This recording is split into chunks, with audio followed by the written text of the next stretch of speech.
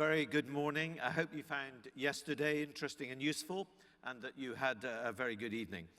Today should also be, I hope, stimulating and engaging. There are a few changes to the programme. The principal ones being that the Secretary of State will be joining us at 11:45, and Simon Stevens will be speaking at 1:15. We'll also be hearing from Ian Cumming of HE and the Cabinet Secretary responsible for health in the Welsh Government, Vaughan Gethin. A host of issues emerged yesterday, which I'm sure you've been discussing and reflecting on. Jim Mackey's desire to move towards earned autonomy, his concession to NHS improvement, sometimes we're using blunt, short-term instruments, and the promise of better cooperation at local level between the regulators. Then there were some questions on government, a debate about whether austerity might be ending, the possibility of lifting the public sector pay cap, and real concerns, I think, which just appeared again and again about the state of the workforce. And we had a really good debate, both in the morning and the afternoon, on Brexit. So before we begin today, we thought it would be useful to test out your thoughts on a couple of the points that arose yesterday. You'll be interested to know that on the voting yesterday, there were more than 1,000 people participating in those polls we did at the beginning of the day. I hope most of you have managed to get Slido linked up to your system. If not, simply log on to your phone or tablet using the details on the screen. Okay, so let's call up the first question, if I may, which we thought we would ask you this morning. There's been much talk about the tensions between NHSE and NHSI, and yesterday Jim Mackey hinted that he favoured a rationalisation of arm's-length bodies. Would you support such a move? Yes, no, not sure. Well, that's coming. 2% no's. I would like to see more ALBs and regulators. That doesn't seem to be the most popular one of the moment. I'll give it a second more. I don't think this is going to change a huge amount, but I think if anybody wanted to rationalise the regulators, they've got a mandate. Okay, let's move on to our second question. How would you describe any move by government to end pay restraint in the NHS? Essential, desirable, not sure, not a current priority, or the wrong move at this time? So if you could vote on that now. How would you describe any move by government to end pay restraint? Oh my Lord, right, okay. A little bit desirable. Okay. Still a bit of hesitancy, or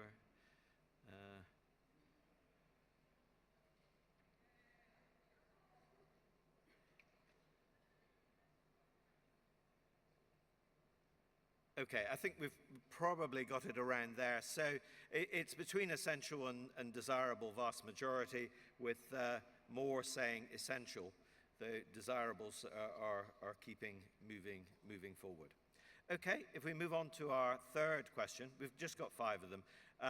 Apart from funding, I'm assuming funding is high on your agenda, but apart from funding, what's the principal concern for your organisation? Is it workforce, local relationships, the behaviour of regulators, the absence of a clear legal framework, something else, or the implications of Brexit? What are the main things for you?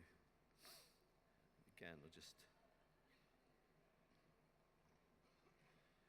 Okay, I mean, I actually think the local relationships thing is quite significant. We expected workforce. That's certainly the flavour of what people, and quite a lot of people actually saying the funding and the workforce are hand in hand, as it were, and both are of equal concern.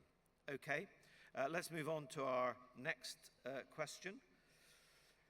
Which of the following do you consider to be the most influential media source in terms of shaping the public's view of the NHS?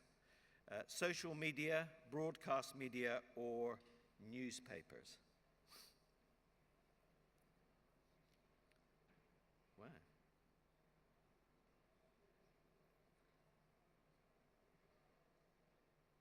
It's interesting. I mean, social media is the flavor of the moment. I suppose if we'd asked you that question before the general election campaign, would people have answered in a different fashion? But I think it is a question not only on this point of the public's view of the NHS, but also how we as organisations actually communicate with our own publics, as it were, whether at national or at local level. Okay, well, thank you all for doing that. Our first session today, by pure coincidence, has a workforce focus. As we've seen, this is an area of concern. And as someone observed, if you don't have the money and you don't have the people, you're very unlikely to have a healthcare system. So to steer us through this session, please welcome back the Chief Executive of NHS Employers, Danny Mortimer.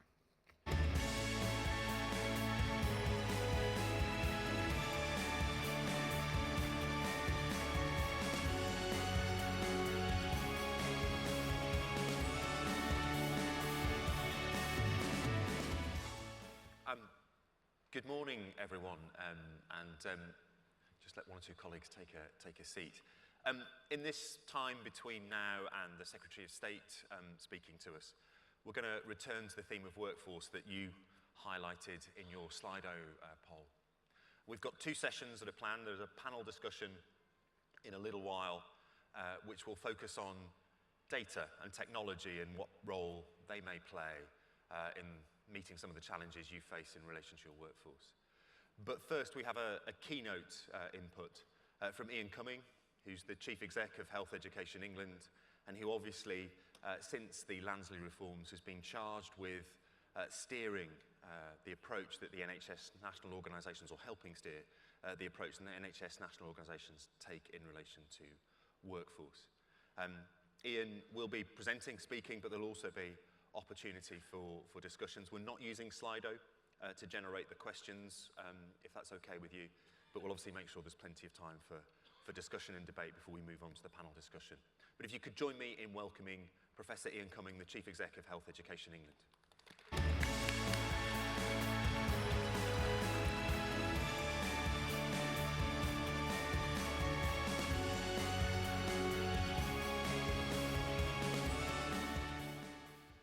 Thanks very much indeed, Danny, and thank you very much for inviting me to speak today. I was just watching the results of some of those questions that were being asked coming in backstage, and clearly the 60% of people who believe that workforce is the biggest single challenge facing us at the moment is something that I hear day in, day out. Obviously, our workforce in the NHS do a fantastic job, no more so than in the recent responses to both the terrorist attacks, but also the terrible fire in London. And one of the real privileges in my job is to be able to meet some of our future workforce and to see the enthusiasm, to see the real drive, the real motivation that they have coming to work for us in what I still consider to be the finest healthcare system in the world. And this morning I met with a cohort of graduate management trainees, and it's really brilliant to see their enthusiasm and to see them chasing at our heels in terms of the aspirations that they've got for a career in the NHS. But over the last few days, I've also been talking to people about the workforce problems that are playing out across the system. So the current shortages that we have, the challenges that we have with workforce planning and specifically matching workforce planning and service planning, rota gaps in terms of covering rotas, particularly with junior doctors, the spend on agency that is a big driver of the cost pressures that many of our organisations are seeing. And I suppose I was left with a feeling that things are getting worse from some of the people that I've spoken to. But are they? What I thought I'd do in my introduction to this session is just talk a little bit about what's happened over the last 4 or 5 years and what we anticipate to happen over the next 4 or 5 years, and what collectively we need to do to address some of the significant workforce challenges that we're all facing, and indeed some of the new workforce challenges that are likely to be with us in years to come.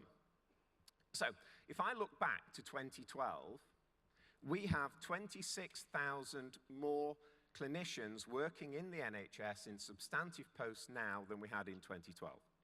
So we have 26,000 more doctors, nurses, pharmacists, physiotherapists, etc., clinically qualified professionals working in the NHS.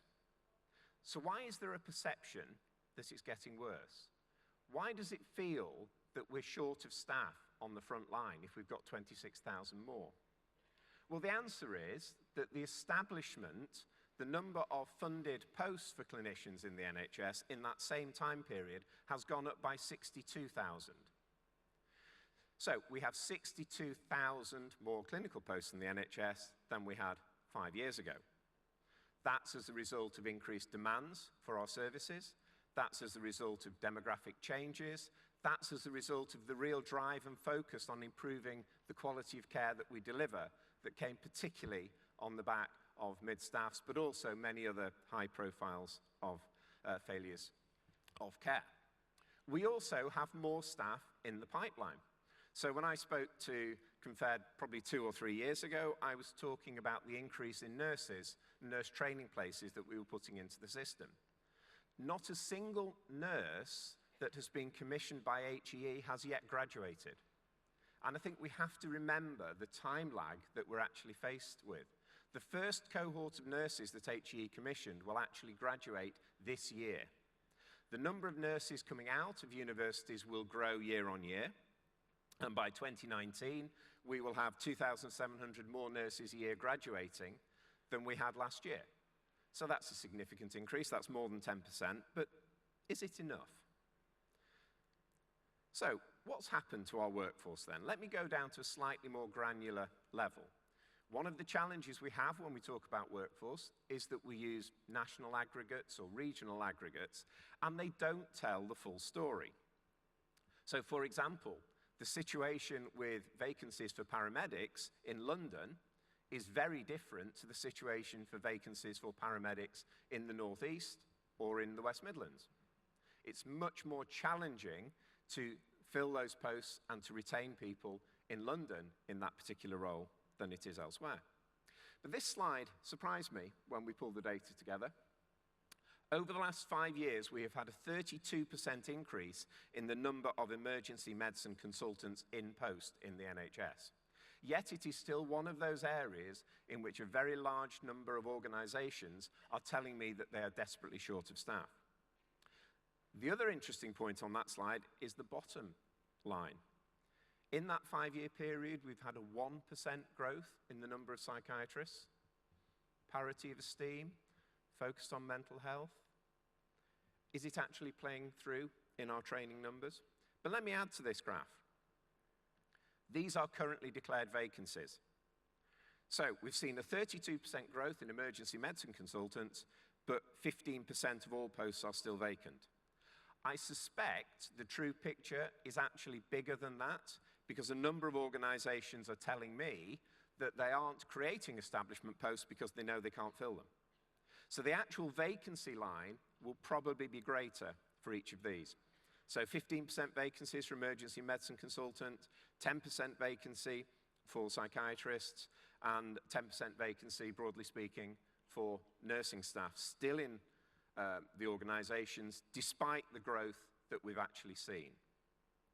And as I say, the caveat around whether or not we're seeing all vacancies declared.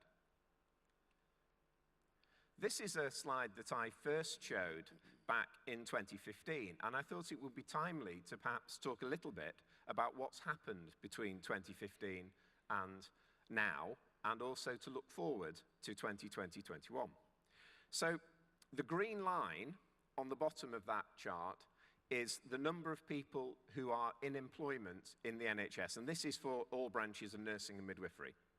So the green line is staff in post in the NHS.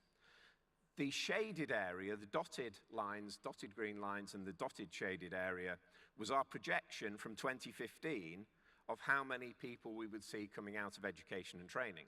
And you'll see we've extended that solid green line to show you what has actually happened. So we're within the range, but we're right at the bottom of the range. And that range by 2020, by the way, is a difference between 6,000 extra nurses compared to 2015 and 46,000 extra nurses. So it's a very large range. Why is it at the bottom? Is it because we failed to train people? Is it because we haven't trained the numbers that we said we were going to train? Or is something else going on? The blue line is the demand line.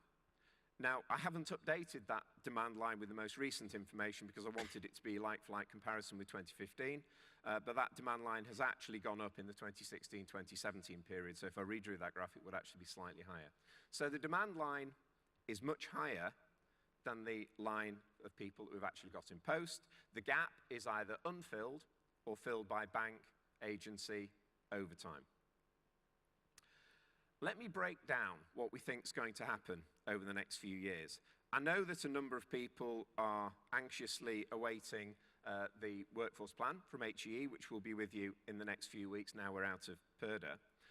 And one of the things we're going to try and do in the workforce plan is to break down in a little bit more detail, more granularity, what we think is actually going to happen and what action we collectively need to take to resolve some of these issues.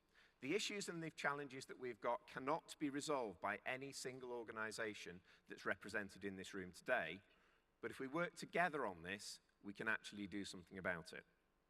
So, if I take you through this slide, here, you probably can't see that, here, we've got 2012, 285,000, this is nurses, all branches of nurses, in post in 2012. We had a declared vacancy of about 15,000. Move forward to 2016, we have an establishment of 328,000 and a declared vacancy of 29,000. So the establishment has gone up, but the vacancy percentage has gone up as well. So by 2016, we have 29,000 declared vacancies for all branches of nursing because we had 299,000 people in post. So, as I've said, the number of people in post has gone up. We have more qualified nurses in post in 2016 than we had in 2012. So that's where we are now. Let me look to what we think is going to happen between now and 2020, 2021. About 36,000 people will retire.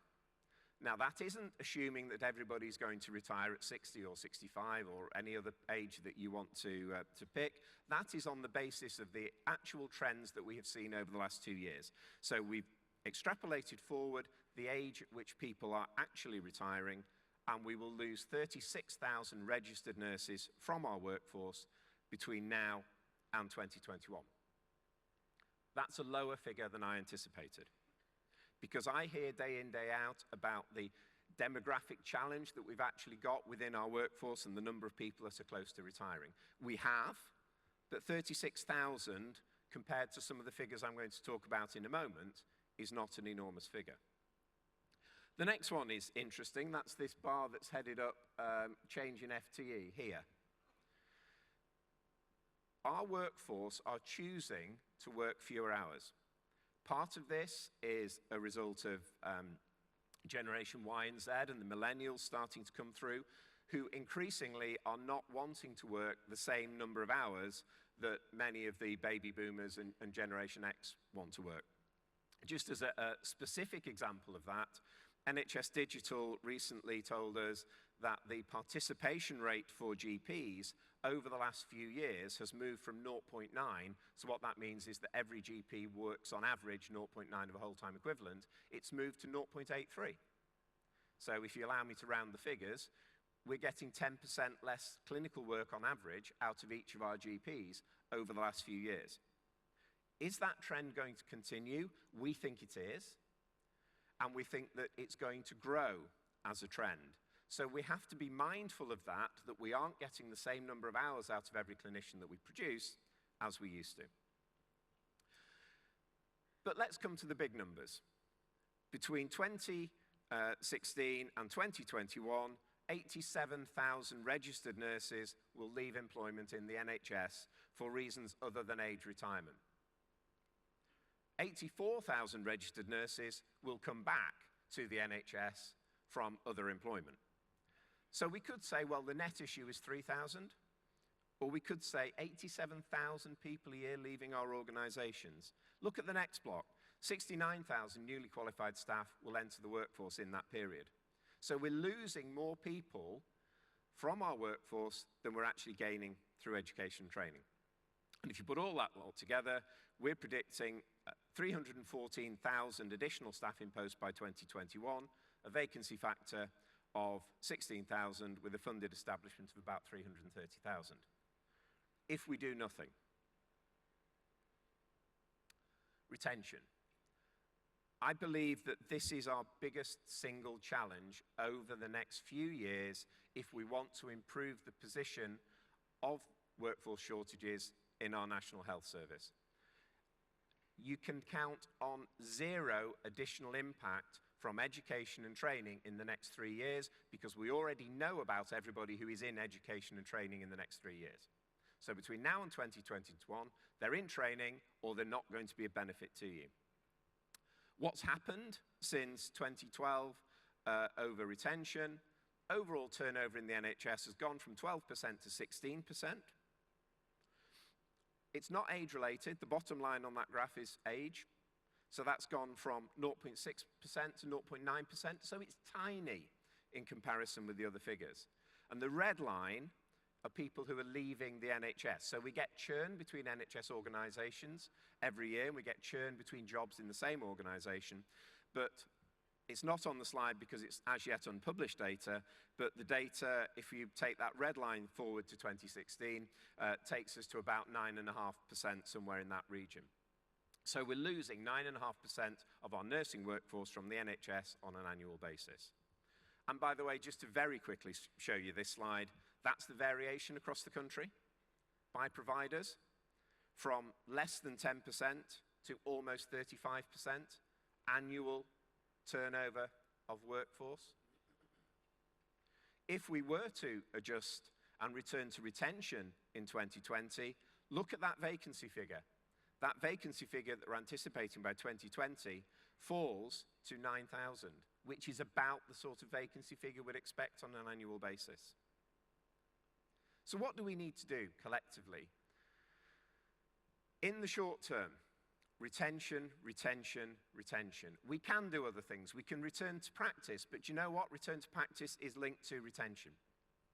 We've got about 2,000 extra nurses who have returned to practice in the NHS over the last 3 or 4 years as a result of some of the initiatives that ourselves and individual organisations have been running. The number one reason for leaving in the first place wasn't morale, wasn't motivation, wasn't pay, flexibility. We had nurses saying to us that they had to leave because they couldn't combine their nursing role in the NHS that they love with looking after friends, family, other caring responsibilities, other things that they want to do with their life. We can seek to recruit internationally. We're working with colleagues in India at the moment on an opportunity for some Indian nurses to come to this country to train at postgraduate level, and while they're here, they would obviously be able to deliver service, and then they would return to India at the end of their training. We can do more to allow people to work at the top of their license, to use an American term. Extended, expanded roles, using our very competent, highly skilled professionals to do things that we know they can safely and competently do. And we can focus on the participation rate, how many hours of time people are actually working. I'm not talking about asking people to work many, many more hours of overtime, but I am talking about how do we get the most sensible working hours out of individuals, and how do we stop this participation rate falling off. So those are short-term solutions. Those are the only things really that are going to make an impact over the next 2 years. In the medium term, so in the 2 to 5 year period, initiatives such as the nursing associates, we have 2,000 nursing associates in training now across the country, and a rollout of further expanded clinical apprenticeship programs, there's 48 programs in development at the moment, will give us a cohort of people who are learning, but they're also working at the same time, and they're giving that commitment to the NHS. Because of time, I'll be brief with some of these, but how do we actually redesign the service to maximize the productivity that we're getting out of the workforce we've got at the moment? What about new roles? Physicians associates, we're particularly excited about the growth of physicians associates that we're seeing in primary care, supporting doctors working in general practice in a very pressured, very busy environment. New technology, what is the real impact? Some of you will be aware that Google, the second most common category of searches on Google is related to individuals and their own health. And what more can we do to integrate across boundaries? Obviously, accountable care systems will be a fundamental part of this, but this is between community providers, acute providers, mental health providers, social care, to actually provide better integration and to stop duplication, replication of what our staff are doing. In the longer term, prediction and prevention to help manage upstream the demand for healthcare services, more doctors. One of the really exciting announcements that I think we've seen in recent years has been the 1,500 additional medical students, of which the first 500 places have now been allocated to start at medical school in 2018, and a further 1,000 medical students will start at medical school in 2019. So that's important, but let's not get too carried away about the immediate benefit of that. 13 to 15 years before these people are consultants, 11 years before these people are GPs. So the extra 500 that are starting next year, let's say 2030. But we need to do it because we need to get our workforce right, but it's not a short-term fix. There's other areas in which we can grow the clinical workforce. Our desire is to see a small surplus of supply in every area of clinical workforce. We also need to look at self-care. We have one of the most restrictive prescribing regimes in the country. And obviously, we've done a lot of work around non-medical prescribing. But what about actually considering whether or not there are some medications that could safely be taken off prescription in this country as part of our end of paternalism, as part of our empowering individual? And of course, new methods, new modes of treatment. And the one that isn't on that slide, that's certainly an area that HEE wants to be working on, is the informal workforce. People who are already caring, but also people who are interested in volunteering to provide caring help and support in our organizations alongside our clinical professionals. So to conclude, many more people want to work in the NHS than we could ever take in professional roles. Look at how many people apply for every medical student place that we have in this country. We still have more people applying to train to be nurses than we have places at nursing school, even though we are going to see some changes this year as a result of the changes to tuition fees and bursaries. So we have more people who want to come and work in our NHS. How do we get those people into our NHS? How do we give those people an exciting, rewarding, and fulfilling career? How do we keep those people in our NHS? And how do we make sure that we're not just training more and more and more to then lose over a period of the first few years of their career? Thank you for listening.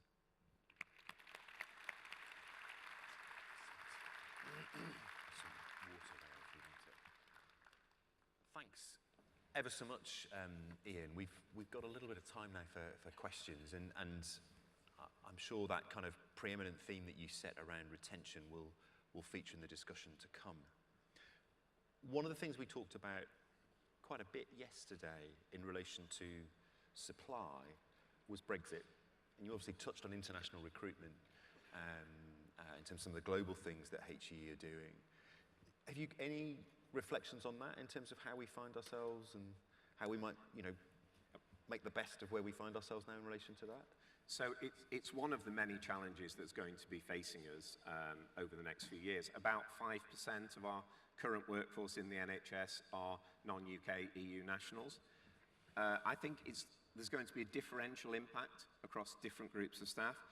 I personally believe that some of the impact that we're seeing at the moment, particularly in the non-professionally qualified workforce, is as a result of Brexit, but actually it's as a result of the pound-euro exchange rate.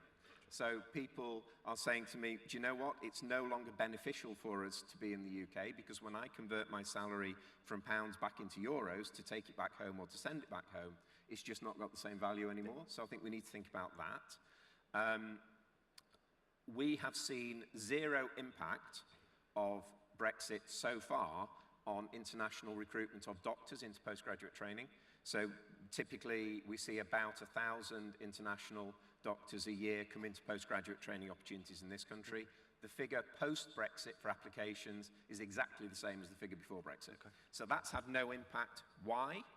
Well, the NHS provides probably, I'm slightly biased here, but probably the best postgraduate medical training system in the world, and people still want to be part of that, and do you know what? We should be proud of that. Yeah.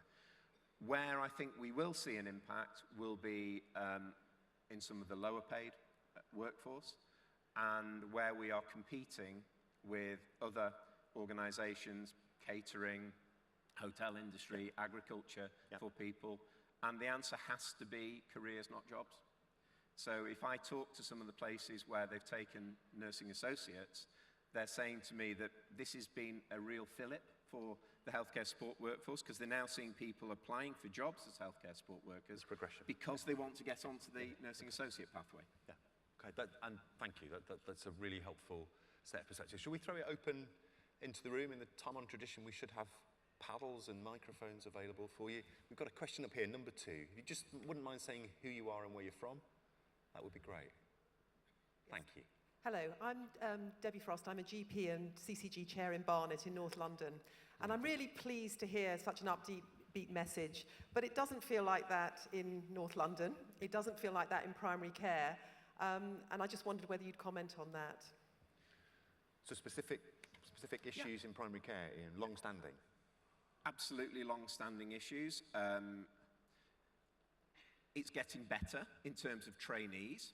So, you know, historically, the rolling average of number of trainees wanting to train to be GPs was about 2,700.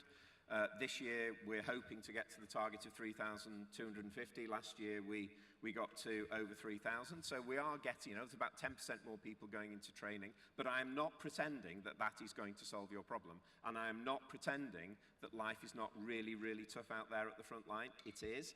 That example I gave of participation rate of 0.9 to 0.83, that has the same effect of having 10% fewer doctors working in general practice, which therefore, you know, another way of putting that is you're dealing with 10% more patients, you've got 10% more pressure, and that's before we look at the demographic changes and everything else that's happening in society.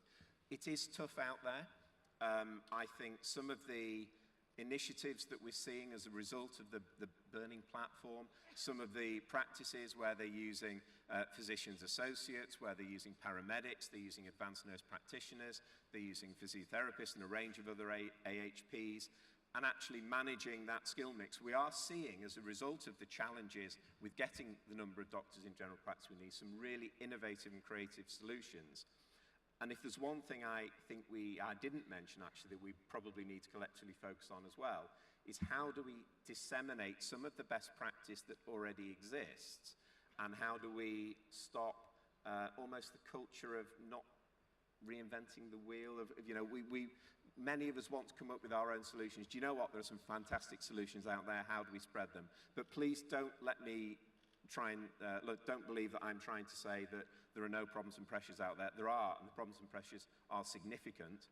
I think the other challenge we have with GP in particular is something that we saw a few years ago in emergency medicine, where junior doctors were saying to us that they weren't going to train in emergency medicine because of how tough it was, how difficult it was, how challenging it was. It was putting them off.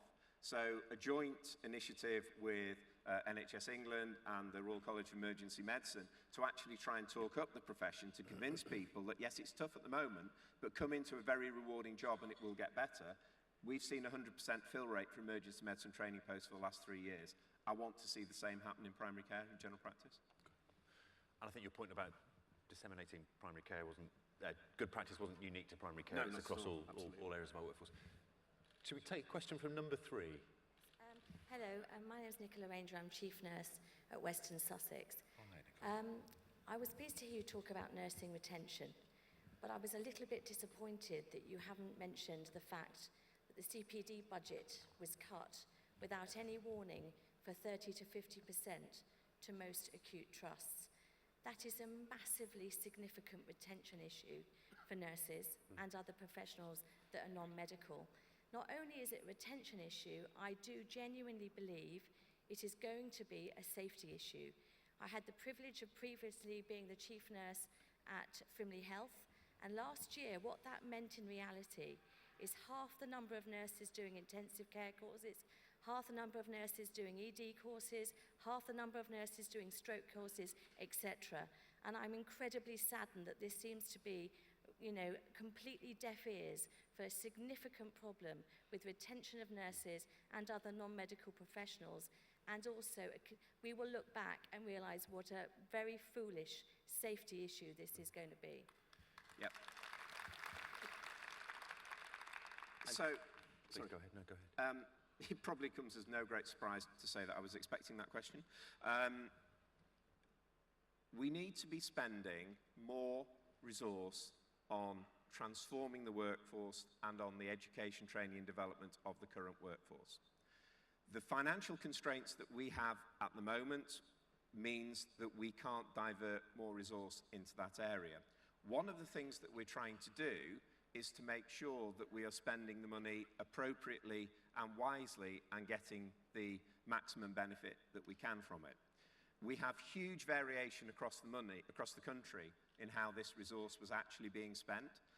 So in some parts of the country, workforce transformation funding, which is what this is, it isn't a CPD budget, although that is what it's defaulted to in some organisations.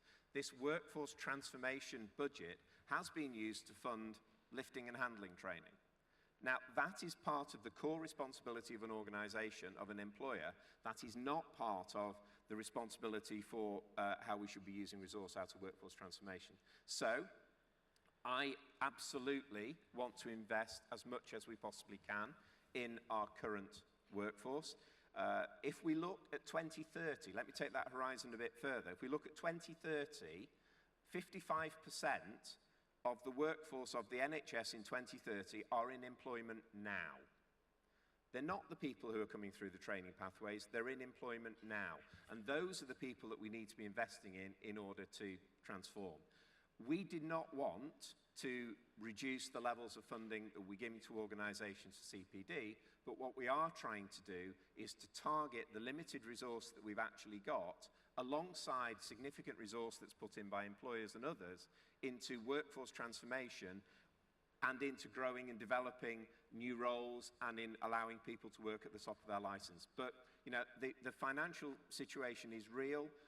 We had a flat cash settlement in the spending review, which means that our budget actually goes down by real terms by inflation, and therefore we have to squeeze various parts of the budget at a time when we're funding additional nurse training places and additional doctor training places. There is a real difficulty here, though, isn't there, Ian? And clearly your settlement has been reduced in real terms, so actually there's less money for you to be available to invest. And I understand the example you've given about mandatory training being funded through monies that you allocate. I don't think that applies to most organisations. It doesn't apply, I'm sure, in Western Sussex or in Frimley, and it hasn't applied anywhere I've ever worked. But clearly, that investment we make in the postgraduate development of our people, yes, has to be about improving services and transforming them, but there's a fundamental piece about safety, about maintaining the quality of the services we provide. And I guess what you've described is that the financial settlement has meant that cost has been shifted to employers, to trusts. You aren't able to fund that anymore. So we still have a very significant workforce transformation budget that will be being made available for the sort of development of individuals that you describe. What we can't do is what happened in some parts of the country, and I do stress some parts of the country, which was a simple capitation allocation of funding to trusts to allow CPD effectively to take place. So what we're trying to do is to move to a system where we can get maximum benefit out of the limited resource that we've got across the country as a whole. And in some areas, we accept that is causing problems. But HE is not walking away from investment in the current workforce. We see that as an absolute key priority. And who's ultimately making that judgment about where that investment goes? So, because capitation at least then places that money in the hands of a chief nurse or an executive team at a local level. Yeah, and in some cases, that means that we don't always get the maximum benefit out of what we're actually trying to do. Now, again, don't get me wrong, don't take that as I'm saying we should nationalise everything. Yeah. I'm absolutely not saying that, and the reason that we've worked with colleagues in the other ALBs to create the local workforce action boards is because that's where we believe that many of these decisions need to be being taken. So at the STP level? Yes. Okay. That's a conversation to return to as we go forward. I think we've probably got time for one final question. I do apologise. Number one, you've been waiting very patiently. Thank you.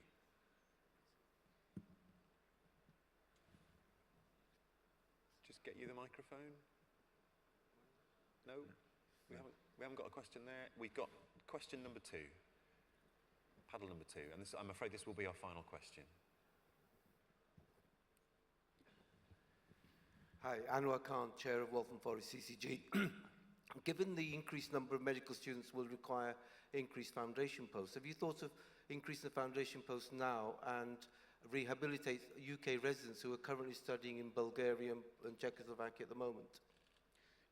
Yes, absolutely. So there are a number of UK citizens who are studying medicine in mainland Europe, in universities that are teaching medicine in English. We're in contact with all those universities to see how many of those medical students wish to come back into this country, into postgraduate training. We try and match the number of foundation training programs every year to the demand for those programs, and certainly to the output from UK universities, to make sure that everybody who comes through university in this country actually has the opportunity to complete their foundation program and to get onto the medical register. But we are looking at the moment to recruit wherever we can, both into foundation training, but also into postgraduate training beyond that. Thank you so much. I'm afraid that's all we've got time for in this particular part of the workforce strand. But Ian, thank you so much for your time. Thank you for dealing with the questions head on, as it were. People could show our appreciation for Ian and his time. Thank you so much. Thank you.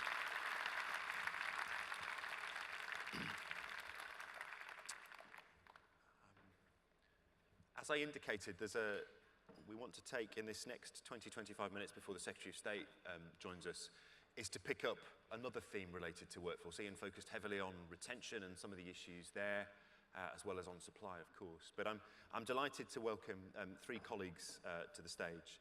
Beverley Bryant, who's the Director of Digital Transformation at NHS Digital, who should be with us shortly. Darren Kilroy, who's the Deputy Medical Director at East Cheshire Hospitals, and Martin Elliot, who's the Chief Medical Officer for Allocate Software. Excellent. You're very welcome.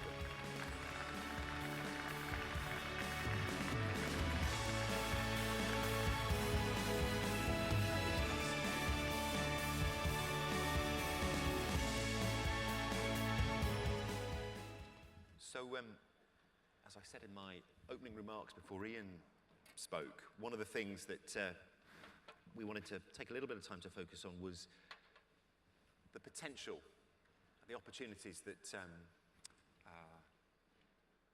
are available to the NHS in terms of both the use of technology but also the use of data in facing some of those challenges, responding to the challenges that Ian set out for us. And what we've asked each of the panel to do is to offer a few minutes reflection from their work, from their perspective. Martin in terms of leading work nationally and internationally in terms of the deployment of staff. Darren in terms of the work he does both as a clinician but also in a senior executive clinical role. And of course Beverley in terms of the opportunities that NHS Digital see available to us, particularly in terms of the data that we have, but also other things as well. So Martin, perhaps we could start with you in terms of some observations and reflections. So thank you very much, first of all.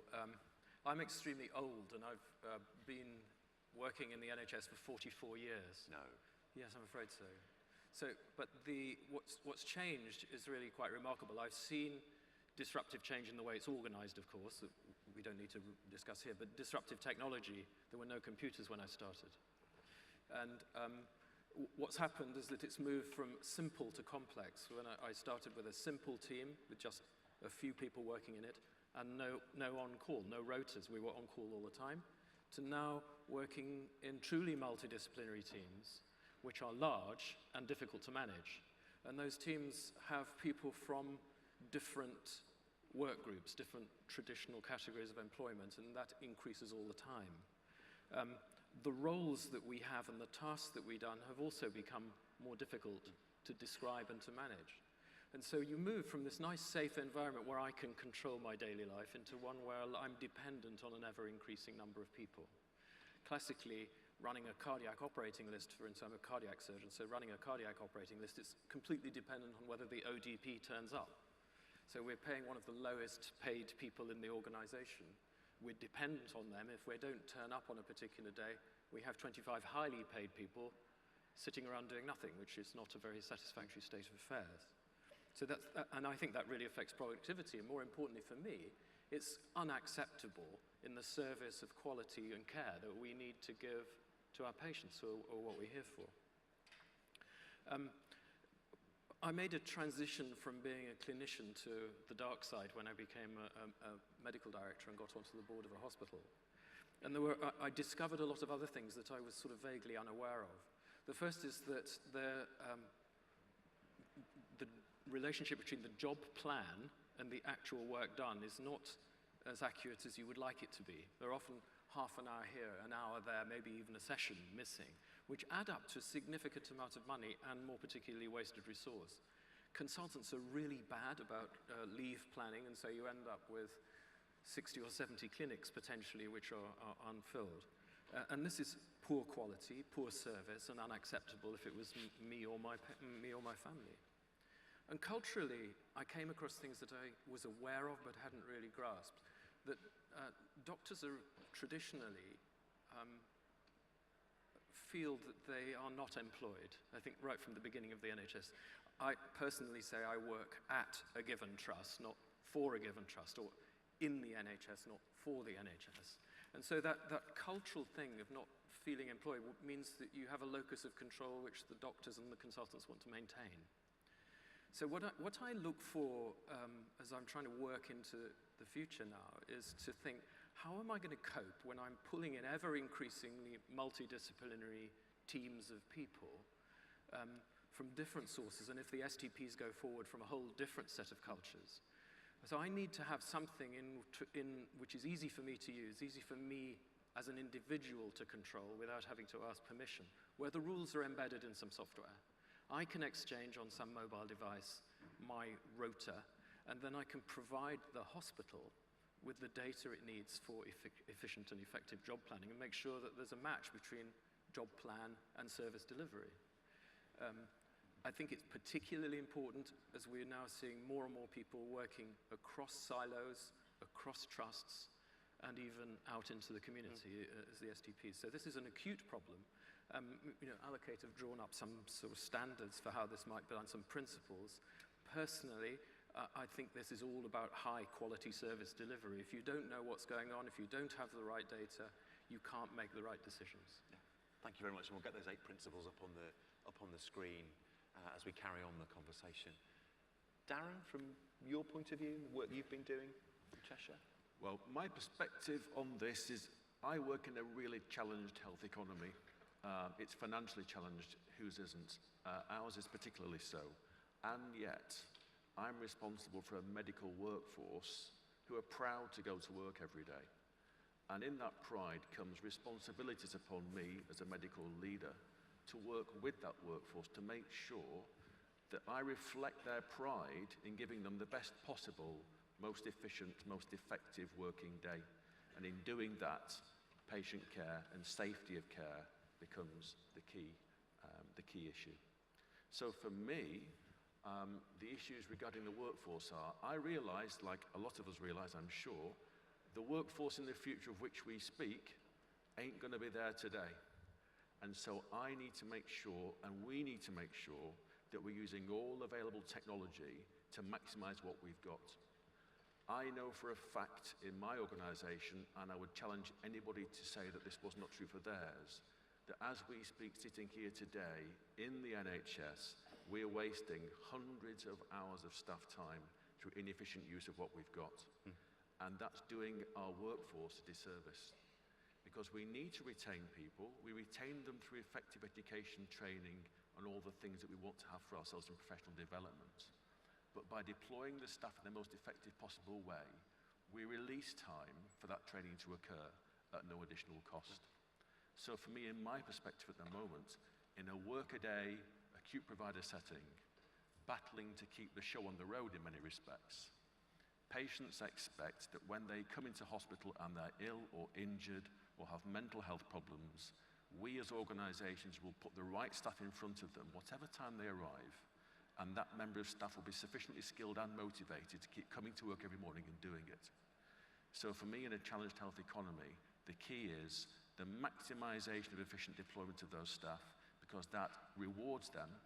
It rewards them as benefits in kind for an organisation, and then it rewards the organisation of having good patient outcomes. And that, for me, is the key. It's all around efficient deployment of what we've got. The future workforce will be along in due course. Many of them, I'm sure, haven't yet been born. But at the moment, we've got what we've got today. We've got to make better use of that. Okay. And that's the key to safe care. Okay. So you're both identifying opportunities there that we can return to.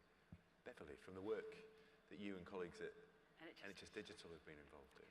So over the past 2 or 3 years, there's been an acceptance by the system, by Parliament, by the centre, that actually we can do technology. We've moved on from the wilderness years, and there's an acceptance that we actually now need to invest in technology. And the other thing we've realised is that it's not actually about technology, it's about people. If we're going to transform clinical workflows and have data, information and technology underpinning the way we deliver care, actually it's about the people. So I'm going to focus on the why. Why should our nurses, doctors, ward clerks, managers, porters ditch the whiteboard, the triplicate flimsy, and the fax machine and actually go digital? Our first findings really is that what technology is doing out there is it's improving personal productivity. And productivity is quite a divisive word. I don't mean system productivity or trust productivity or even departmental. Personal productivity. For example, if we can give mobile devices to health visitors when they're out visiting people in their own homes, they can pull up the patient records, make updates to the patient records whilst they're there. They don't have to go back into the office and type up the medical records when they go back.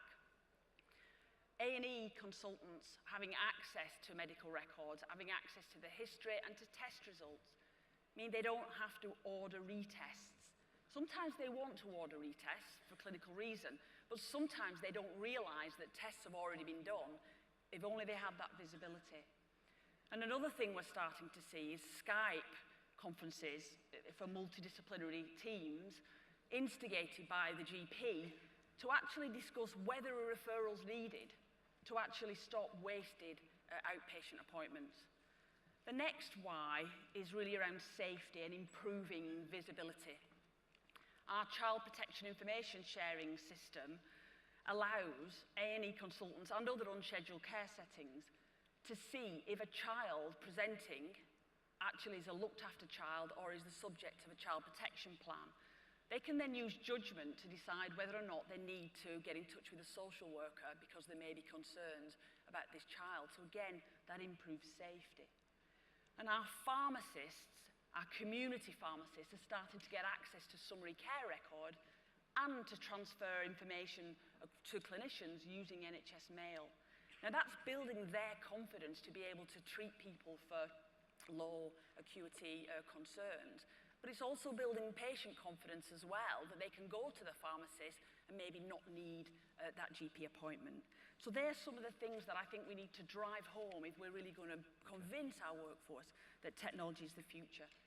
Now, to make this a reality, we need to make sure our technology is easy to access, easy to navigate, and it works and it's reliable. And NHS Digital are working very hard to make sure that the things we deliver do that, but also that the things we commission and that our suppliers deliver also or do that.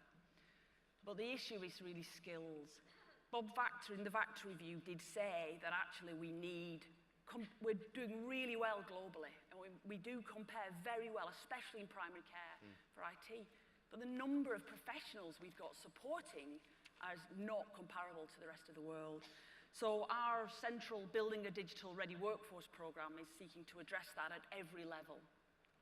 The IT professional is being boosted by the Federation of FedIP, we're calling it the Federation of IT Professionals, and the Faculty of Clinical Informaticians, just to attract people to come and work in the NHS. It's thrilling. Why would you want to work in banking when you can support the NHS to deliver technology? Digital literacy is being improved. Our nurses, we're working with the Royal College of Nursing and the Nursing and Midwifery Council to help improve digital literacy in nurses. And we need to improve board awareness. The recent cyber attacks have shone a light on the awareness that our boards have, and some are starting to put CIOs and CCIOs at board level, but it's only gradual, and we need to have more authority, more senior leadership around technology and clinical informatics. And finally, the NHS Digital Academy. 300 CIOs and CCIOs are about to be trained over the next 3 years. We at NHS Digital are absolutely passionate about making sure that digital transformation of our NHS, as described in 5-year forward view, is underpinned by technology. You all know I am hugely passionate about this, and we need to continue to make sure that our technology is usable, that it's useful, and that our frontline clinicians and workers can actually improve patient care and make their lives a lot easier. Thank you. Thank you so much, Beverley. So quite a few themes in the discussion there. There's clearly something about the kind of strategic capacity and capability that organisations need. There's something about framing this in terms of the benefit to the individual and the team, and that came up in quite a few of the remarks. And just to get us started, Martin, before we throw it out to the audience, based on the work that you've done, particularly in your current role, what's the particular lesson that you'd share with people from the work you've seen here and elsewhere in the world? Well, I shared Darren's perspective that what we've got at the moment is a ridiculous waste of resource. And that waste is in two components. The first is that some of our best people in my institution, senior people, are spending a disproportionate amount of time making sure that the people at work, phoning up, trying to get nurses, trying to get locums, and these are people who have the skills to do something for which they're properly trained, instead of doing a job which could be done by technology much more effectively. And the second part of that waste is that Darren was alluding to, is that clinics do get cancelled and hours are not being used, and it's not because people aren't working, they're just doing the wrong thing in the wrong place. Creating fairness and transparency across the way the workforce is distributed can be much more effectively done by technology than it can by a bunch of people with too many spreadsheets having to work on their mobile phone in the middle of something else that they want to do. And again, there's always something about framing this. This isn't about people not wanting to be better, it's about helping them be better. Let's see if there's any questions that's provoked in the room. If I may, I'm just looking around to see my friends with the paddles.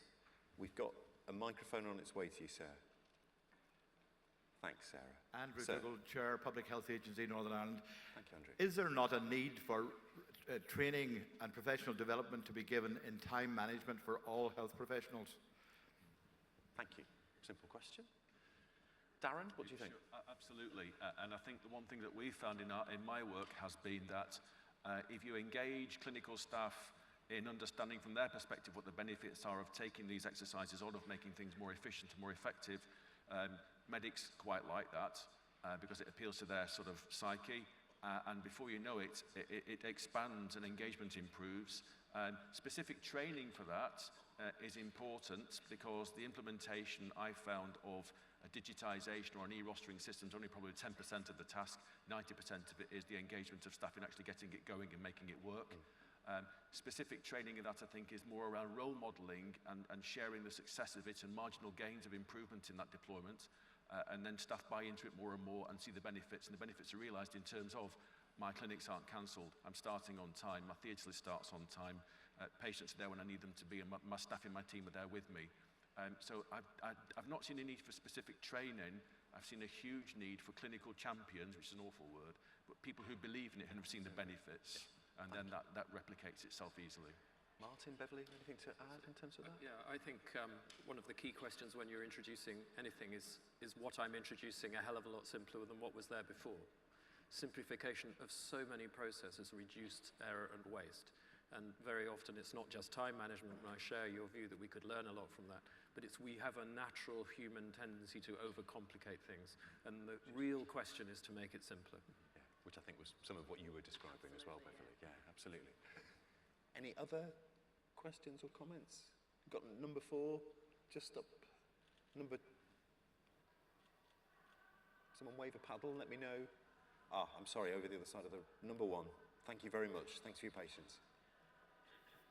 Hi, Paul Bowen, Cheshire too. I think one of the biggest wastes that you've failed to pick, well, not failed, but missed out is duplication.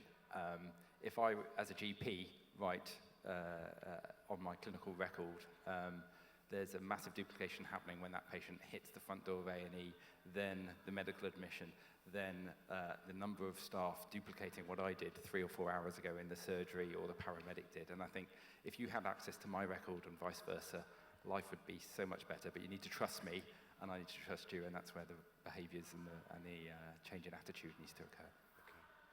Thank you very much. I think the key point, the Secretary of State's choir has just kicked up outside, so it's a little difficult, but a really important point about duplication. Beverley? Yeah, just one of the things we did a few years ago was to really drive uptake of the summary care record. And what I mean by that is, I think 3 years ago, there were like 40% of patient records in general practice were being uploaded to summary care record, which meant that if an A&E consultant accessed it, 4 times out of 10 they got a hit, and 6 times out of 10 wasn't there. So they thought, well, why bother? So now we have 97% of patient records in summary care record, and now we're pushing the A&E to actually access it. Now, it's not enough. It's medicines, allergies, adverse reactions. Yeah. We're improving it. We're increasing the range of information. And we're also working with suppliers to improve interoperability, because it's the detailed record that actually those clinicians need access to. So that having the eyes open, the visibility of what's actually happened is a huge priority for us. And I'm pleased to hear that other colleagues are seeing that as well. Fantastic. Any final reflections, gentlemen, in terms of that point? I do apologise. We've packed a lot into today, so we haven't got time to continue this conversation. It feels like something we should return to, and we need to find some opportunities with NHS Digital and with other colleagues that are working in this space, so that we can extract some of those lessons and help disseminate that good practice. A 5-second anecdote. Please do. Food for thought, for reflection on people here. I've recently been working with a trust to try and support their workforce deployment efficiencies. And as I walked into that organisation in its medical teams alone had 63 different rosters managed in 63 different ways. That can't be right. Goodness me. Okay. Thank you very much, Darren. If you could extend your thanks to the panel. We will vacate the stage. I think there'll be a minute or two where 1 or 2 more colleagues come join us in the room, and we'll shortly be introducing the Secretary of State. But thank you so much for your time.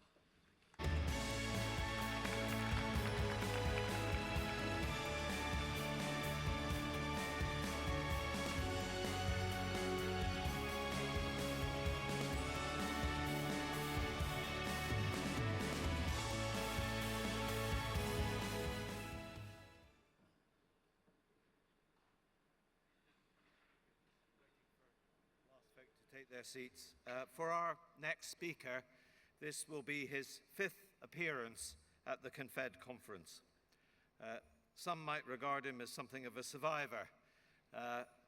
We've just had the 4th reshuffle that has resulted in the Prime Minister of the day deciding he was the man for the job.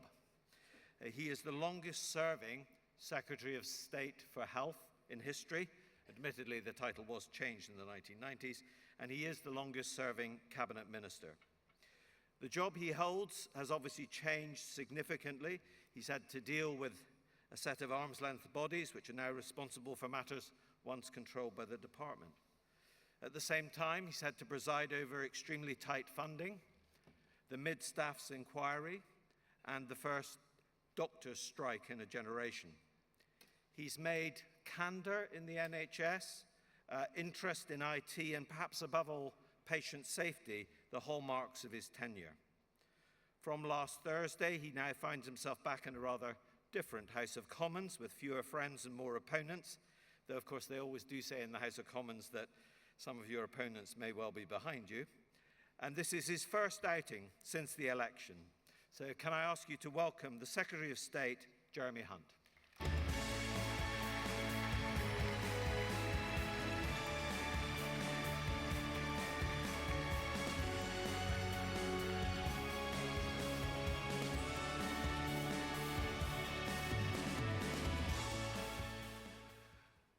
Well, good morning, ladies and gentlemen. It's good to be back. I wasn't always sure that I was going to be back, but I'm thrilled to be here. And I think I'm the only Secretary of State who's been appointed to this job 4 times. And when I'm thinking about longevity, I sometimes remember the story of the old man who was asked what the key to it was. And he said, well, it's probably because most nights I go to bed and sleep instead of doing what I should do, which is stay up and worry. And I think for people who run trusts, they will identify with that. But I think the real key to longevity in my job, possibly in yours, is not to read too much social media. Neil was mentioning the doctor's strike. I occasionally allow myself a glimpse at social media, and there was one doctor who tweeted before the election that he would dance in the streets as naked as the day he was born if Jeremy Hunt lost his seat. Fortunately, he wasn't a constituent of mine. But there was some graffiti in my own constituency, which was photographed on social media, which said, "I'm no gynecologist, but I know a hunt when I see one."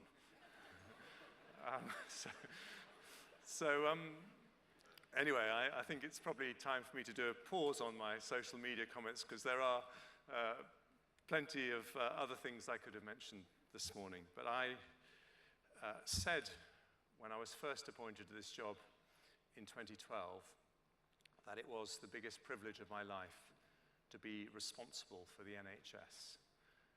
And since then, 3 times I've asked to stay in the job.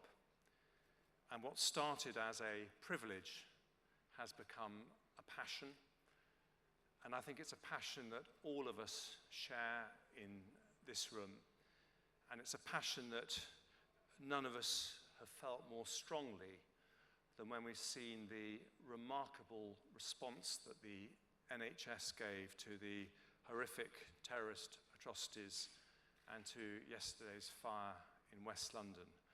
And I had the privilege of seeing firsthand what that response was. We had operating theatres being opened up in the middle of the night. We had doctors cycling into work at 2 o'clock in the morning to report for duty.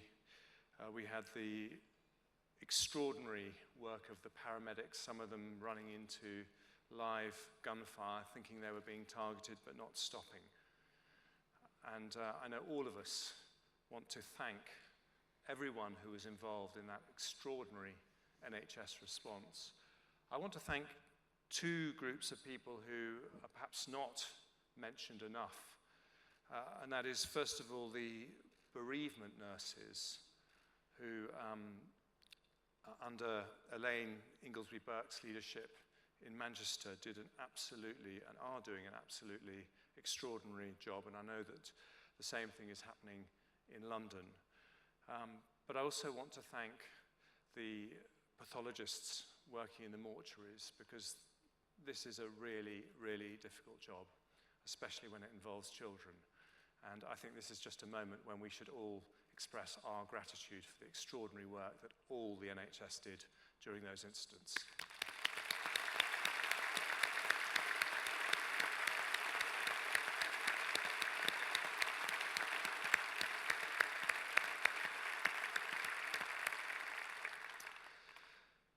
Now, lots of things have changed in health policy over the last 4.5, 5 years.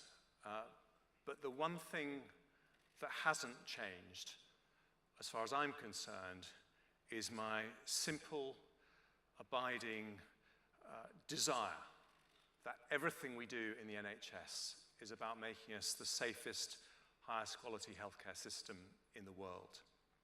And that has been very, very challenging, because we have been in a period of austerity where budgets have risen at much, much lower levels than historic precedent. We've got rising public expectations, and since 2010, over 500,000 more over 75s. And delivering higher standards of care and maintaining access to care has been something that I think some people have felt is mission impossible.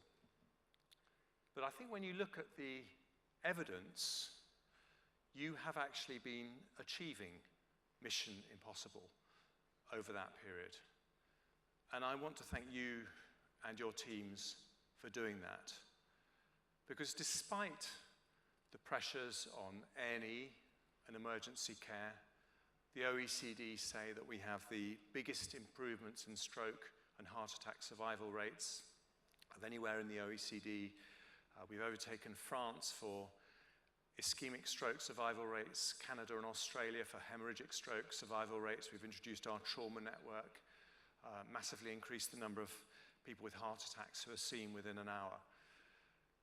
Despite the expense of new cancer drugs, we now have record cancer survival rates with 5,000 people, or 7,000 people actually, alive today who wouldn't be alive if we'd stayed with the same cancer survival rates that we had in 2012. Despite the pressure on budgets, we have probably the biggest expansion of mental health provision in Europe, and our public health record when it comes to key indicators like smoking rates, drinking rates, teenage pregnancies are some of their best ever. Despite the massive volume increases in activity that you've been doing, our safety record has been getting better and better. We now have lower MRSA rates than France, Germany, or Spain, a lower proportion of patients being harmed, and in fact 200 fewer patients being harmed every single day than if we'd stayed at the same rates of harm as 5 years ago. And despite having in that period, in the wake of mid-staffs, introduced the toughest inspection regime anywhere in the world, we have continued to see standards of safety and care increase significantly. And today I particularly want to pay tribute to the trusts who were mentioned yesterday by the CQC as having made really dramatic improvements in the quality of their care after being in special measures.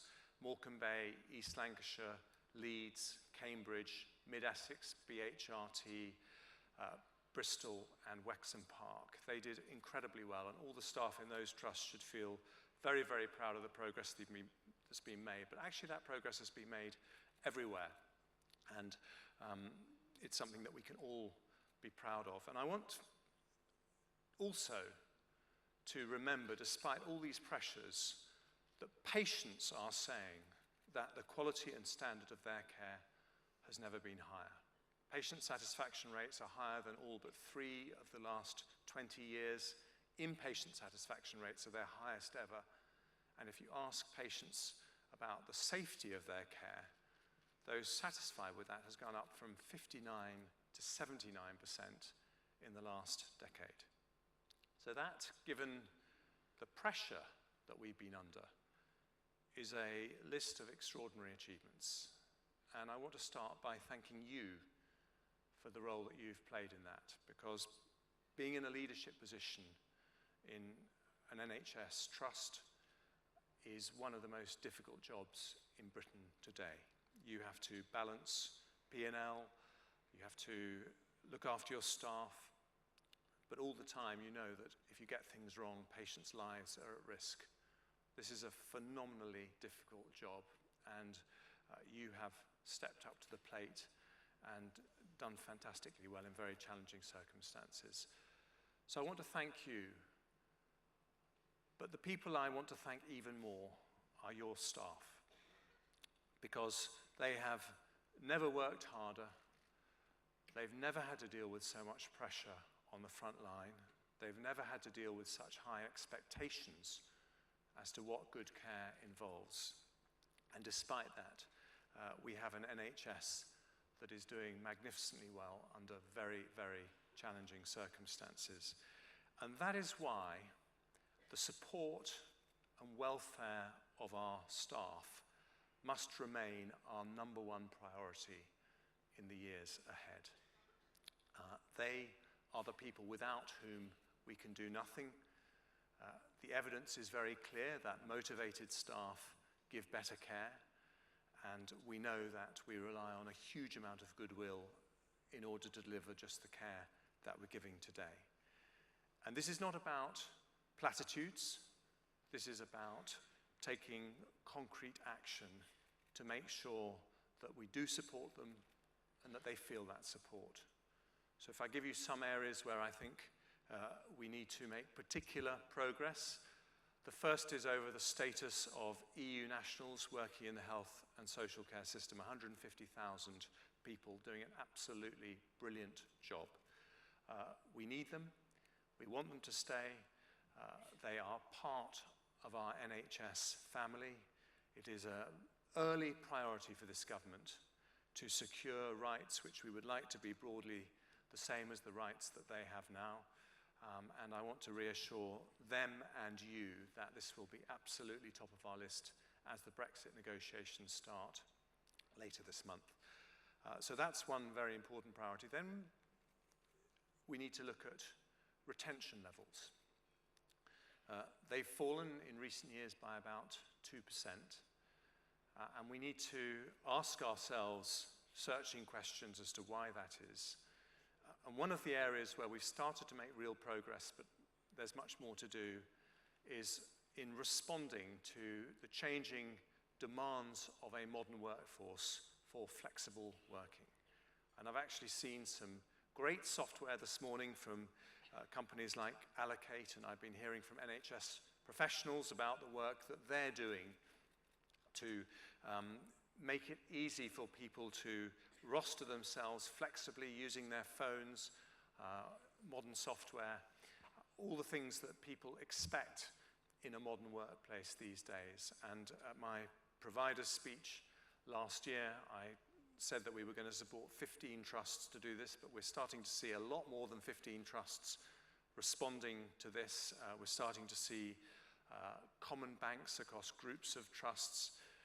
And this is not just important for the workforce, but it's important for our bottom lines as well. Last year, in an extraordinary achievement, NHS improvement, supervised with your support, a reduction in our agency bill of £700 million.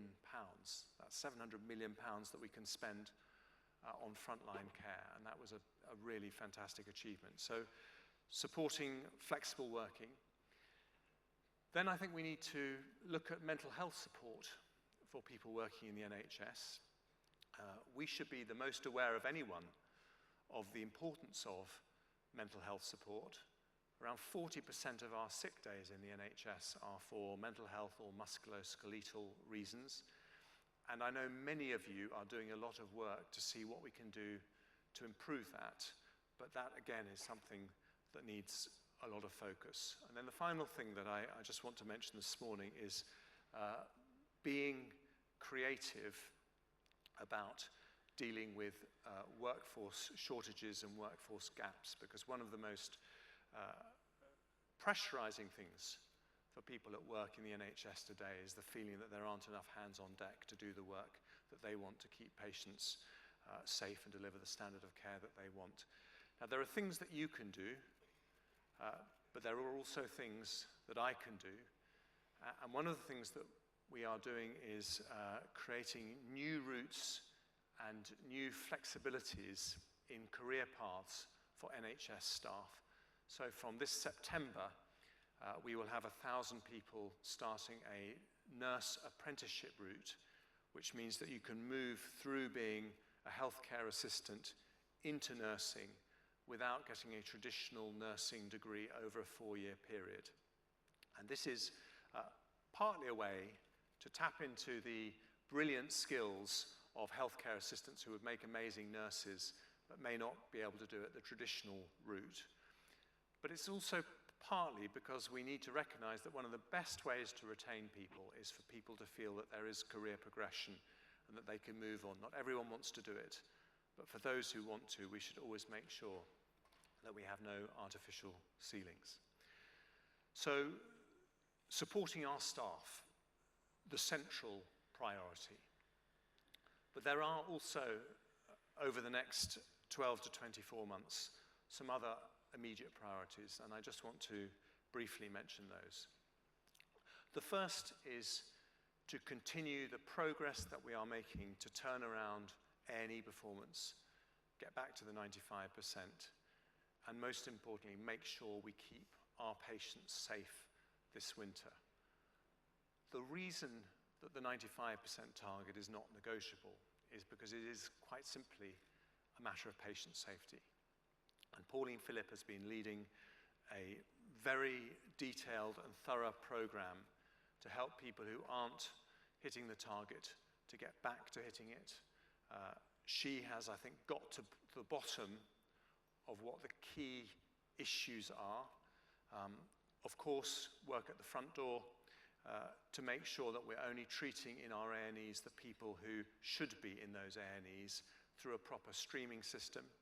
Most people have set up streaming systems of one sort or another. But if your streaming is working as it should, you should basically have no minors breaches. In the best systems, that's what happens. So if you are still having those minors breaches, then it's worth asking whether your streaming could be more effective in order to prevent that happening. And I can announce today some more trusts who will be receiving some of the £100 million capital for A&E that was announced in the budget. Aintree, Knowsley and St Helens, and Darren Valley, amongst others. That brings us up to 76 of the 100 million that will have been allocated. And we obviously want to get on with allocating all of that before the summer break so that you can make those capital changes before we get into the winter period. So A&E, absolutely essential and immediate priority. Another immediate priority is financial balance. Now, Jim Mackey said yesterday that last year the trust sector deficit was reduced from 2.5 billion to 800 million. And that is a terrific achievement. But we also have to be honest and say it should never have got to 2.5 billion in the first place. We probably delayed the rollout of the 5-year forward view by a year as a result of allowing that trust sector deficit to mushroom. And because of the financial discipline that's been returning to the system in the last year, we are able to invest significantly more in mental health, in general practice, in the rollout of the STPs, in the transformation plans that we all know are absolutely vital to the future sustainability of the NHS. So we will continue to be focusing hard on financial discipline. And what are the lessons that we've learnt? Well, clinical leadership of cost improvement plans is very, very important. The trusts that have had the most success in reducing their agency bills are the trusts where the process has been led by clinicians. The trusts that have had the most success in implementing their Carter recommendations, where we think there's another £1.5 billion of savings that we can save this year, they also have had good, strong clinical leadership. And it's not just on the trust side, it's also on the commissioning side, where we need to make a real effort to hold down demand growth for emergency care at the 1.5% a year level. Just to be clear, demographic change means that we would expect emergency care growth to be around 0.9% a year. So it's not unreasonable to hold the growth down at 1.5%. But doing that requires a lot of focused thinking at a local level about the kind of initiatives that can make that happen, particularly working with the residential care sector. And so those things together are going to be very, very important. Third priority is to continue our focus on the transformation of mental health. This is a personal priority for both the Prime Minister and me.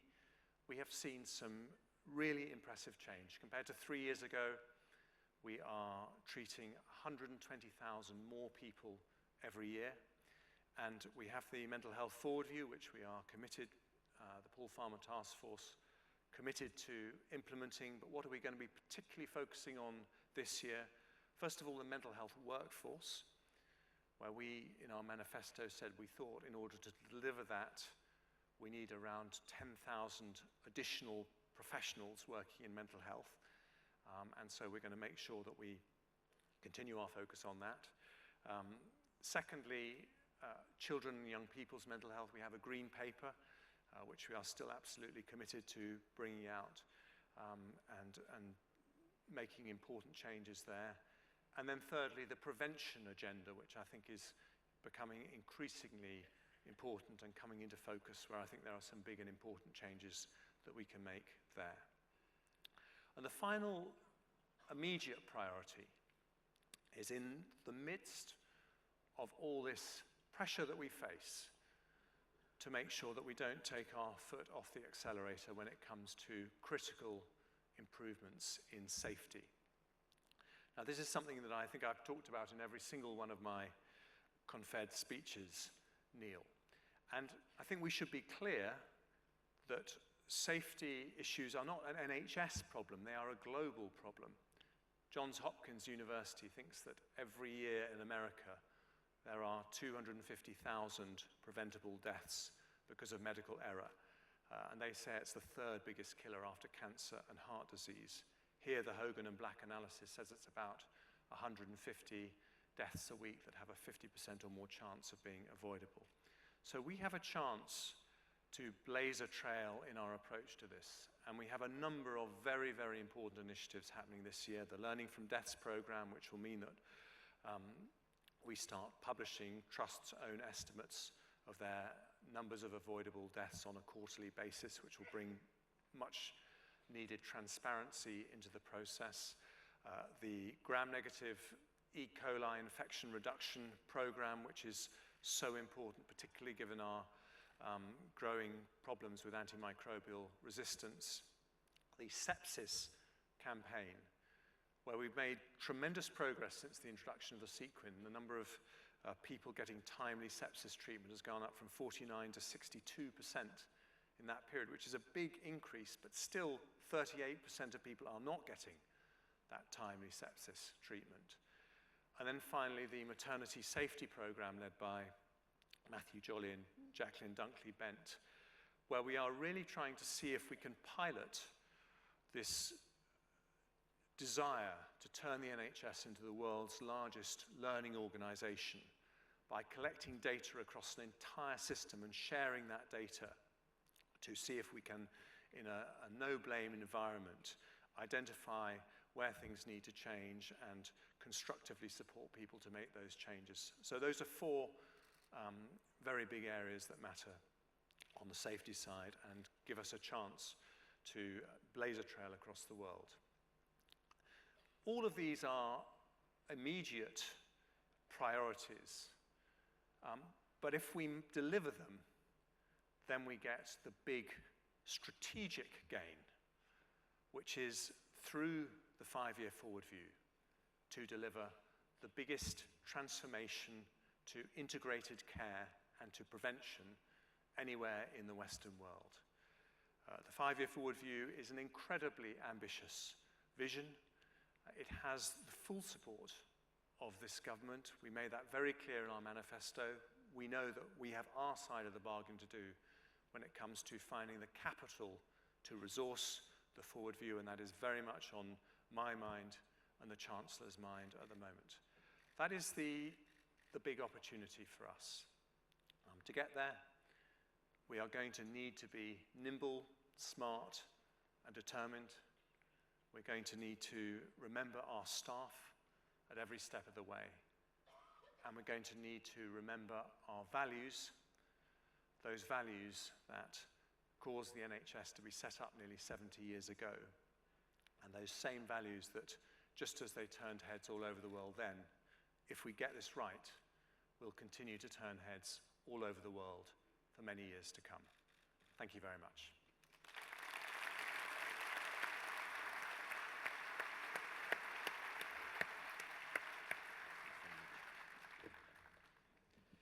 Thanks very much indeed, Jeremy. Let me ask you a couple of questions, then we'll throw it out into the audience. You mentioned the issue of motivating staff and how important that was. You won't be surprised to learn that over the last day and a half, there's been quite a lot of references to the pay situation, and indeed a view among many that there's a degree of motivation that is being affected by the clampdown over such a long period. And I wondered if you could reflect on that, any prospects of lifting aspects of it or going forward. And also, I suppose, just considering whether, in terms of retention and all those things, could be affected by overdoing this. Well, I've said many times that I have a great deal of sympathy for the case that nurses, amongst others, have made on the issue of pay. I think they do an absolutely brilliant job. They work very, very hard, and we need to factor in that there is an enormous amount of goodwill, an enormous amount of time given free of charge because people care about their jobs and they see it not as a job but as a vocation. We have our budget that we have to live within, but public sector pay is a matter for the Chancellor because it's a policy that's set across the whole of government. So it's for the Chancellor to decide what the approach is to public sector pay over the course of the Parliament. But I have had a very constructive letter from Janet Davis, head of the RCN, since I came back into office. I will be meeting with her, and I will make sure that our conversation is reflected back to the Chancellor before he makes that decision. And while talking about conversations with the Chancellor, any reflections on maybe lessons from the election around the whole question of austerity? And you did mention about capital funding enabling transformation to go forward. Will you be arguing for a more generous funding settlement for the NHS than was outlined in the manifesto? And in particular, what is the debate around the capital funding argument and what might be coming forward over the next few years? Well, I think the commitment in our manifesto was very clear. We said that we wanted to give the NHS its biggest ever capital expansion. So we recognise that there has been a squeeze on capital funding, but we recognise also for the transformation that the forward view envisages, we need capital. And that is our number one priority when it comes to capital funding. I think it is very important. We have people here who are responsible for budgets worth many hundreds of millions, in some cases billions of pounds. And I think everyone in the NHS is very realistic that the pressure is there. We will always need more money. We're going to need more money going forward because of the pressures that we face on the front line. But that money, which has started to flow in the last few years, in the first half of my period as Health Secretary, our budget was going up by 0.1% a year. In the second half, it's actually gone up by 7% in real terms. So we've seen a very significant change in the last 3 years. But that has only been possible on the back of an economy that's growing, on the back of nearly 3 million new jobs. So I don't think it's an argument about austerity or no austerity.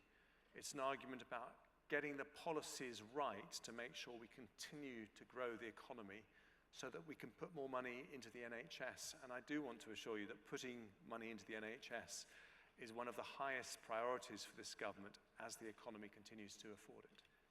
Is legislation a sort of dead duck now? I mean, there certainly was a view that you might have legislated had you won in 2020 and tidied up what was going on. Now we've got the prospect of, I don't know how long we're going to go on forward, I don't suppose anybody does, but in theory, you go on to 2022. There's obviously not a huge appetite across Whitehall for health legislation. On the other hand, I think there is certainly is a view among a lot of people in the NHS that tidying up some of this stuff would be really helpful, especially as we move to accountable care organisations and so forth. Yes, and that was a view that I reflected in our manifesto when we said that we would legislate to give STPs a statutory underpinning if that was felt to be necessary. To be clear, we are expecting to be in power until 2022, and we're expecting to deliver a stable government to make that possible. But obviously, the legislative landscape has changed, and that means that legislation of this nature is only going to be possible if there is a consensus across all political parties that it's necessary. I don't think that is in any way impossible. I think that it's realistically not something that we would do while the Brexit process was carrying on, but I think post-Brexit, we will have a lot better understanding of precisely what the legislative changes are that the STPs need. And I think it's entirely possible, given the support of all parties for doing the right things on the NHS, that we could get that cross-party support. And certainly that's something that I would be wanting to try and garner. Okay, final question from me. The question of NHSI and NHSE, and Jim Mackey reflected yesterday on rationalising that process, and I think when we asked the audience here, there was, you won't be surprised, universal enthusiasm for fewer regulators, or near universal, and no enthusiasm at all for more of them.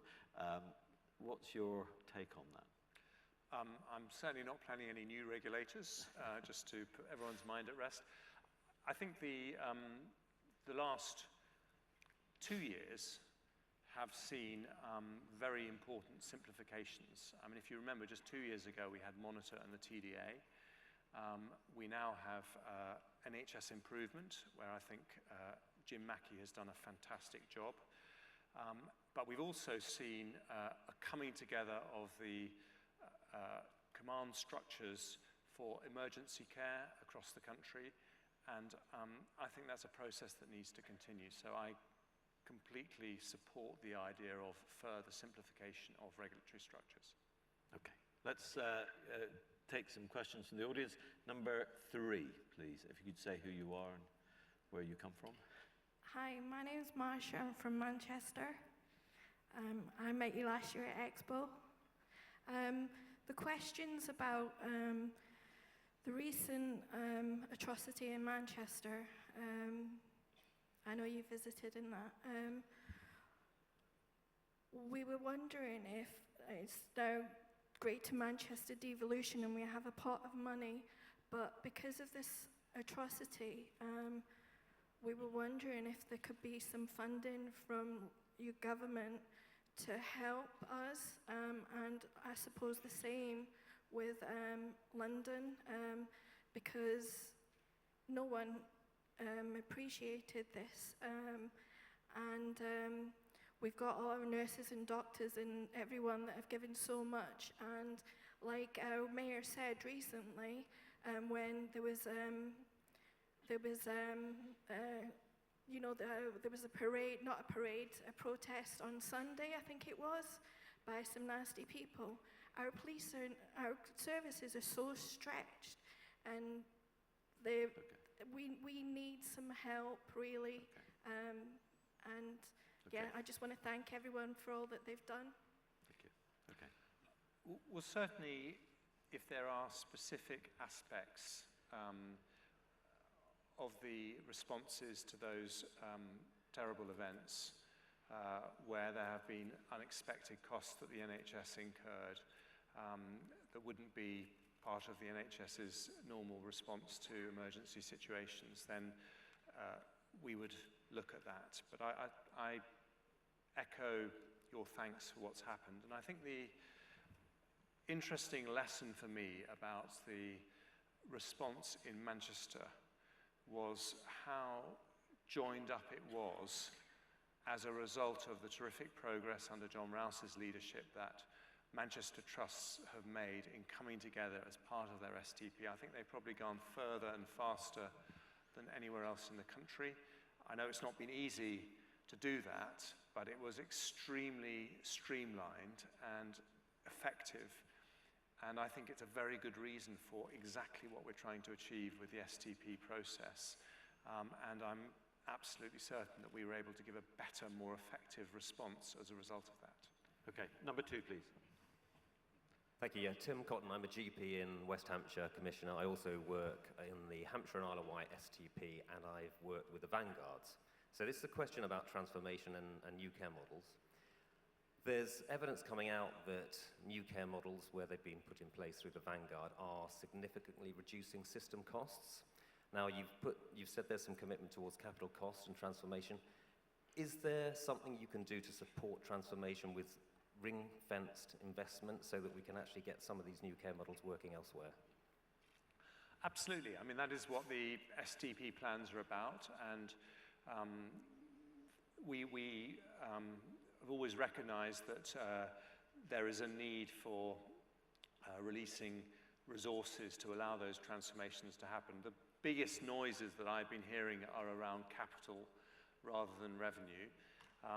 But I think the biggest risk to that is if we don't maintain the financial rigor and discipline that we started to see coming back into the system in the last year, because that was really what slowed down this process in the 15-16 financial year, when we would have liked to have put a lot more money into transformation. But I think now we are in a much, much better position to do that. And so we absolutely want to make sure that money is not an impediment to the rolling out of the STPs, because they are central to our vision. Okay. Number 4, please. Hi, good afternoon. I'm over here. Hi, can you see me? Yes. I'm Helga, I'm the Community Pharmacist and Policy Manager at the National Pharmacy Association. Mr. Hunt, will you engage personally with frontline community pharmacists represented by the National Pharmacy Association to discuss how to implement your manifesto pledge to help pharmacies keep people well in the community and out of hospitals? Absolutely. I recognize that it's been a difficult period for the pharmacy sector. We've asked you to make savings, just as we've asked every other part of the NHS and social care system to make efficiency savings. But let's be clear, this is not about seeing a smaller role for pharmacy, it's about seeing a different and bigger role for pharmacy. So one of the things that is starting to happen is pharmacists having access to electronic health records, seeing people's summary care record, and then able to use the advice that a clinically trained pharmacist is able to give, which is fantastically useful in terms of keeping people away from A&E departments. We're moving towards apps as an alternative, or a 111 app that people can use instead of calling 111, which will much more quickly and effectively direct people who need to go to their local pharmacy. So I think we want a closer relationship with pharmacists, but it's a different relationship. I feel we haven't exploited the tremendous skills that pharmacists have nearly as effectively as we might, but I'm more than happy to engage with you personally. Number 6. Thank you. Jeremy Hughes from Alzheimer's Society and DGH Public Governor. As you know, in the election, the dementia tax got seen as something the government was trying to introduce rather than something the government wanting to get rid of. And you know, it's been around for a while and needs to be got rid of. What will you be doing to make sure that the partnership between the NHS, social care and the individual is developed to get rid of the intolerable cost and the poor quality that many people with dementia face? Well, that was a great sadness to me that, and I take my share of responsibility for this, but a failure to explain what we were trying to do in the heat of an election campaign was obviously exploited by our political opponents to frankly misrepresent what the intention of those policy proposals were. Very simply, we want to make sure that everyone in this country, and especially everyone with dementia, is treated with the highest standards of dignity and respect. And we need to grapple with the issue that we have an aging population where we're likely to see more people with dementia and proportionally a shrinking working population. And so we need to find a way of making sure that we're getting the resources into dementia care of the highest standards. Now, I think we've made great progress in that over the last few years, but we need to reflect on the lessons of the general election campaign. We need to listen to what people's concerns were and make sure we address them. Okay, I'm going to take 5 and 2, and then I'm afraid we're going to have to wrap up. I'll take them both together, if I may, Jeremy, and we'll take the 2 questions. 5, then 2. Good afternoon, Mr. Hunt. My name's Chris Day. I'm a junior doctor. I'm going to be nice to you, I promise. So my question is about whistleblowing and patient safety. I know that's an issue close to your heart, which is why this question you may find somewhat inconsistent to your position. So in February 2015, within 2 weeks of the Francis report being published, legal arguments were advanced to essentially prevent my whistleblowing case being heard by an employment tribunal, but had a more global effect on all whistleblowing protection relating to junior doctors. And now a Court of Appeal judgment has also confirmed had an effect on hundreds of thousands of agency workers, thus depriving them of statutory whistleblowing protection by way of the Employment Rights Act. You may be aware of it. But it's essentially depriving hundreds of thousands of workers of statutory whistleblowing protection. So the Court of Appeal ruled that the arguments advanced by you and HE were legally flawed and essentially threw them out a few weeks ago, which you may or may not be aware of, but I'm sure you are. How is that consistent with anything you've said? Well, first of all, I know that you've championed the issues around whistleblowing consistently over a long period of time. And from my perspective, one of the central changes that I want to make in the NHS is to make it a more open system where it's easier for people to speak up when they have concerns. And that's why after the Francis report, I commissioned Robert Francis to do another review, the Freedom to Speak Up review, which was precisely designed to look at these issues and why, for example, we now have freedom to speak up guardians in every trust.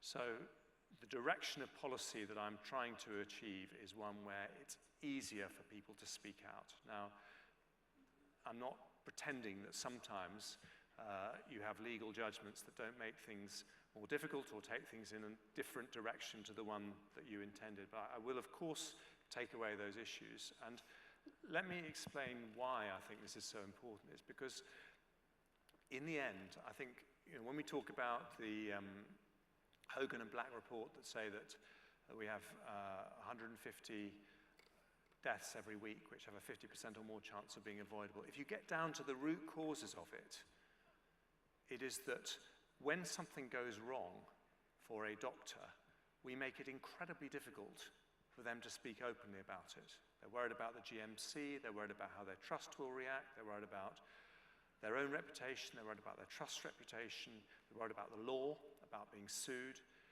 And we know that in other industries, the way that they've improved the safety record is actually supporting people to speak up and supporting a culture where learning can happen.